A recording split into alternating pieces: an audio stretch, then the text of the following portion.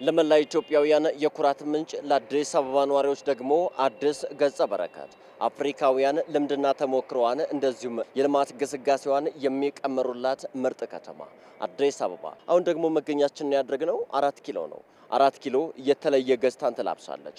ከዚህ ከልማቱ ጎን ለጎን የሚሰሩ ትልልቅ ግንባታና ፕሮጀክቶችም እንደቀጠሉ ናቸው። ከጀርባዬ የምትመለከቱ ትልቅ የታክሲ እንደዚሁም የባስ ተርሚናል ፕላዛን አካቶ እየተገነባ ይገኛል። ለመሆኑ ይህ የታክሲ እና የባስ ተርሚናል እንደዚሁም ፕላዛን አካቶ እየተገነባ ያለው ግንባታ በውስጡ ምን አካቷል? የያዘው አጠቃላይ የግንባታው ሂደትስ ምን ይመስላል? አዲስ ሚዲያ ኔትወርክ ወደ እናንተ ያስቃኛቸዋል። ተከታተሉን። አሁን ደግሞ መገኛችንን ያደረግነው የመጨረሻው ቤዝመንት ላይ ነው ያደረግነው። ያለንበት ይሄ የቆምንበት ቦታ የፓርኪንግ አገልግሎት የሚሰጠው ቦታ ነው፣ ወይም የመኪና ማቆሚያው ቦታ ነው። እስከ 120 መኪና አካባቢ የማቆም አቅም አለው በአንድ ጊዜ። በጣም ደህንነቱ የተጠበቀ በሚገርም ስፋት ያለው ከዚህ በተጨማሪ በርካታ መሰረተ ልማቶችንም በአብሮነት ያሟላ ነውና ምናልባት እንደው እዚህ መቶ ተሳፋሪ ወይም ደግሞ አሽከርካሪ የሚያገኛቸውን አጠቃላይ መሰረተ ልማቶች ከማሟላት አንጻር ምን አይነት ነገሮች ተሟልተውለታል? የእሳት አደጋ መከላከያ አለው ዘመናዊ የሆነ፣ እንዲሁም የሲሲቲቪ ካሜራ ወይም የሴኩሪቲ ካሜራ አለው። ዘመናዊ የፓርኪንግ ማኔጅመንት ሲስተም ይኖረዋል። ያ ማለት እያንዳንዱ አቬለብል ቦታ ላይ ማቆሚያ ቦታ ላይ ቦታ የቱ ጋር እንዳለ የሚጠቁም፣ ከዛ ከውጪ ስትገባ ፓርኪንግ ማኔጅመንቱ ዘመናዊ የሆነ ትኬት የምትቆርጥበት በራስህ ነክተህ የምትወስድበት፣ እንዲሁም ገብተህ ደግሞ ምን ያህል አቬለብል ቦታ እንዳለ ወይም የማቆሚያ ቦታ ምን ያህል ክፍት እንዳለ የቱ ጋር ደግሞ እንዳለ በምልክት ቀይና አረንጓዴ በሚበራ የሚሰቀል አለ። ኢንፍራሬድ ላይት ያለው ኢንፍራሬድ ሴንሰር ያለው በዛ በደንብ የሚለይበት ነው ማለት ነው።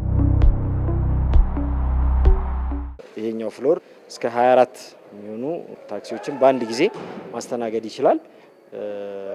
በአንድ ጊዜ ገብተው አቴታይም 24 ታክሲዎችን ማስተናገድ ይችላል ማለት ነው። ጸዳጃዎች አሉት፣ የጋዜጣ መሸጫ ሱቆች አሉት። አሁን የላይኛው ክፍል ላይ ነው የምንገኘው። የላይኛው ክፍል ምን ጉዳዮችን አካቷል? ፕላዛ ፍሎር የምንለው ቦታ ነው። ቅድም እንደነገርኩ ያካተተው የተለያዩ መናፈሻ እና የካፌ ቦታዎችን እንዲሁም መጸዳጃ ቦታዎችን ያካተተ ነው። የተዝናና ያው እንዳልኩ ፕላዛ ሲሆን መናፈሻ ነው እንትኑ። ስለዚህ እየተናፈሰ ካፌ ሻይ ቡና እያለ ጋዜጣዎችን እያነበበ የሚልበት ቆይታ የሚያደርግበት ቦታ ነው ማለት ነው ይሄ ቦታ።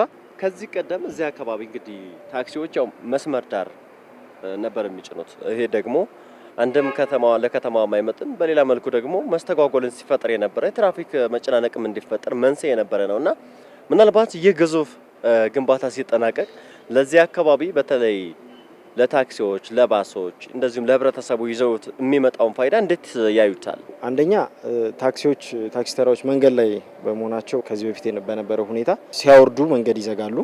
ዞሮ ሲዞሩ እዛ ታክሲ ተራ ጋር መንገድ ክራውድ ያደርጋሉ የሚሄድ መኪና። እንዲሁም አንዱ ታክሲ ጭኖ እስከሚወጣ አንደኛው ታክሲ ቆሞ ይጠብቃል፣ ምቹ ስላልሆነ ማለት ነው። ሰውም ፀሐይ ላይ ተሰልፎ ይግላላል ማለት ነው። ኢቭን መቀመጫም የለም፣ አቅመ ደካሞችም ቆመው ነው የሚጠብቁት። ስለዚህ ያንን ድካም መጉላላት፣ እንዲሁም የትራንስፖርት ፍሰቱን ደግሞ ማስተጓጎሉን የሚያስቀር የትራንስፖርት ፍሰቱ ጤናማ እንዲሆን የሚያደርግ ነው። ምክንያቱም ታክሲዎቹ እዚህ ውስጥ ይገባሉ። ሰዎች መቀመጥ የሚችሉት ተቀምጠው የሚጠብቁበት ቦታ አለ፣ ሌሎቹም የሚጠብቁበት ቦታ አለ። የራሱን የቻለ የሰዎች መጠበቂያና መጫኛ ማውረጃ አለው። ታክሲዎቹም ደግሞ በአንድ ጊዜ እንደነገርኩ 24 ታክሲ ማለት 24ቱም እዚህ ውስጥ ከገቡ ማውረድ ይችላሉ፣ መጫን ይችላሉ ማለት ነው። ስለዚህ አንደኛው ታክሲ እስኪሞላ ተጠብቆ ሌላኛው እንትን የሚባልበት አይሆንም ማለት ነው። ምንም የሰዎችንም መጉላላት መቆየት ጊዜያቸውንም ሉዝ የሚያደርጉትን ያስቀራል ማለት ነው። ስለዚህ ይሄ ነው ዘመናዊ ነው፣ በጣም ትራንስፖርት እንትኑን በደንብ የሚያግዝና የትራንስፖርት ፍሰቱንም ጤናማ የሚያደርግ ነው የምንለው በዚህ ምክንያት ነው ማለት ነው። እዚህ 4 ኪሎ አካባቢ እንቅስቃሴዎችም ከምድር ስር በተለይ ደግሞ በመሬት ውስጥ በምድር ውስጥ ናቸው የሚከወኑት። በተለይ ይሄ 4 ኪሎ እንግዲህ በኮሪደር የተሰራው ልማት አለ። አሁን ደግሞ ከዚህ ቀደም የነበረው የታክሲ መጫኛ ቦታዎች በተለይ መንገድ ዳር የሚወርድ መንገድ ዳር መጫን፣ መንገድ ዳር እንደዚሁ ማውረድ ነገር ነበርና ያ ተቀርፏል ማለት እንችላለን። ይሄ ሲጠናቀቅ ያን ችግር ይቀርፋል በእርግጠኝነት በአጭር ጊዜ ውስጥ ይሄ ፋሲሊቲ ለአገልግሎት እንደበቃ ያ ነገር ይቀረፋል ማለት ነው። ሙሉ ለሙሉ የ4 ኪሎ ያለው የታክሲ ትራንስፖርቴሽን ሲስተም ወደ ዘመናዊ የትራንስፖርቴሽን እና ተርሚናል ሲስተም ይገባል ማለት ነው። ሞደርን ታክሲ ተርሚናል አገልግሎት መስጠት የሚቻልበት አቅም ላይ ይደርሳል ማለት ነው። ስለዚህ እነኛ ቅድም የተጠቀሱት ችግሮች የተሳፋሪ መጉላላት፣ የታክሲዎች ለመጫንና ለማውረድ የሚፈጥሩት የመንገድ መጨናነቅና የትራንስፖርት መስተጓጎል ሙሉ ለሙሉ ይቀረፋል ማለት ነው። 4 ኪሎ አካባቢ አጠቃላይ እንግዲህ 4 ኪሎ እና እዚህ አካባቢ የአዲስ አበባ ነዋሪዎች የሚጠብቁት ተስፋ አለ። ይህ የፓርኪንግ ቦታ እንደዚሁም ደግሞ የተርሚናል እና የፕላዛ ቦታ መቼ ይጠናቀቃል? እንደምታየው አሁን እዚህ አብዛኛዎቹ ስራዎች ተጠናቀው የፊኒሽንግ ወይም የማጠናቀቂያ ስራዎች አንዳንድ የማጠናቀቂያ ስራዎች ናቸው የሚቀሩት። ስለዚህ አሁን ላይ የዚህ ፕሮጀክት ፊዚካል ፐርሰንቴጁ ወደ 87% አካባቢ ደርሷል፣ ተጠናቋል። ቀሪውን የ13% የፊዚካል ስራ ደግሞ ከ2 ወር ባጠረ ጊዜ ውስጥ ጨርሰን ለህብረተሰቡ ክፍት ለማድረግ ነው አቅደን እየሰራን ያለ ነው።